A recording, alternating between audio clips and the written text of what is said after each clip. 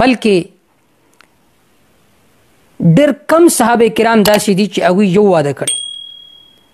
البدایه والنهایه کې صرف د ابوذر غفاري رضی الله تعالی عنه په باره کې، د عبدالله بن مسعود رضی الله تعالی عنه په باره کې دا دي چې هغوی صرف یو واده کړه، لیکن هغه هم قطعي خبره نه ده.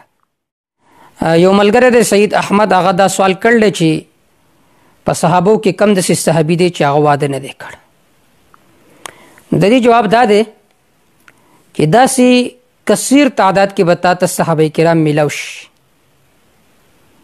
لکه حضرت جلیبیب رضی الله تعالی عنه چې د واده دپاره یې د جهیز سامان اخیسته، دی کې د جهاد اعلان نشو، هغه لاړ او شهید شو. دارنګې ډېر صحابه کرام داسې وو چې هغوی مخکې د خلوت نه هغوی لاړل او په میدان جهاد کې شهید شو. لیکن داسې تاسو ته به میلاو نشي چې یو صحابي په علاقه کې دی او هغه واده نه کړی، بلکې ډېر کم صحابه کرام داسې دي چې هغوی یو واده کړی. البدایه والنهایه کې صرف د ابوذر غفاري رضی الله تعالی عنه په باره کې، د عبدالله بن مسعود رضی الله تعالی عنه په باره کې دا دي چې هغوی صرف یو واده کړه، لیکن هغه هم قطعي خبره نه ده. د دې نه علاوه صحابه کرام داسې وو چې د هغوی به 2 3 4 اوس هم په بلاد عرب کې چا چې یو واده هلته خلک په قطع نظر ګوري. زمونږ استاد دی مفتی ابوالبابا شاه منصور صاحب، هغه وی ایک شادی تو ہجڑا بھی کر سکتے ہیں.